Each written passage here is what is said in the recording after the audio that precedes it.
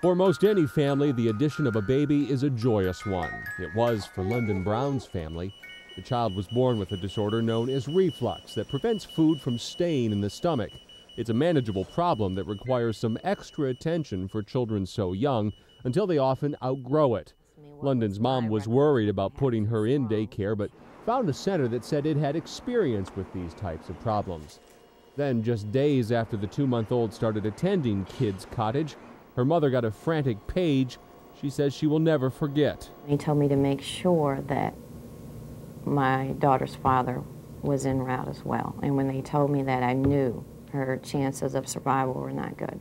Deborah says she was told by the center's director that the trouble started when London refused a bottle, and after spitting up became very agitated.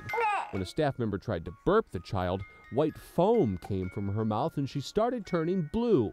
Emergency crews rushed baby London here to Memorial Hospital Southwest, where she later died. The child's mother says the medical examiner's office told her that London died from essentially choking on her own vomit. And to this day, Deborah Freeland Brown wonders if her child might still be alive if someone had done something sooner. Staff at the West Houston Daycare Center did attempt CPR, but at least one staffer was not certified to do the procedure and had to be coached by a 911 operator.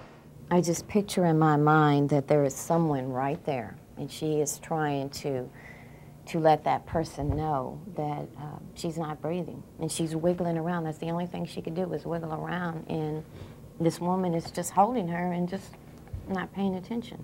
Can I ask who you are, sir? Yeah, my name's Morano. I'll give you a card if you want. We were invited to talk to the owner-director Sure, of Kids Cottage about London Brown's death, but when we arrived, she and her attorney had hired a private security guard to keep us away. You can refer all questions to her attorney, Gascoigne, who's hired me to come here. Make sure no TV cameras, anybody on. By phone, attorney John Gascoigne denied there was any wrongdoing in the child's death, but refused any further comment about it. We have had a couple of deaths in regulated care. Jan Martin heads one of the state's regional child care licensing offices.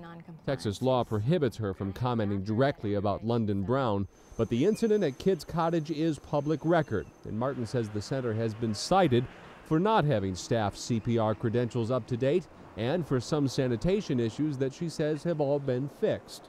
We have investigated the horrible tragedy that occurred when the child developed the symptoms there, and we have found nothing to indicate any type of abuse or neglect at the facility.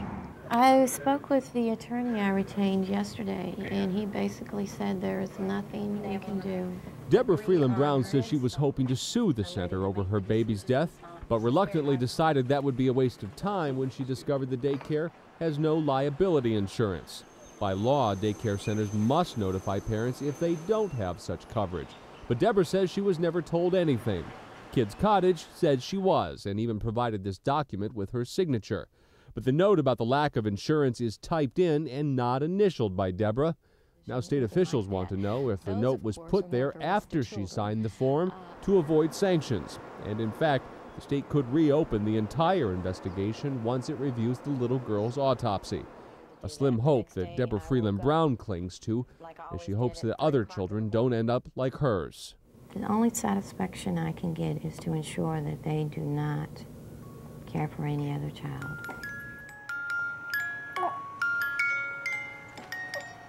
Tom Ziska, Fox 26 Investigates.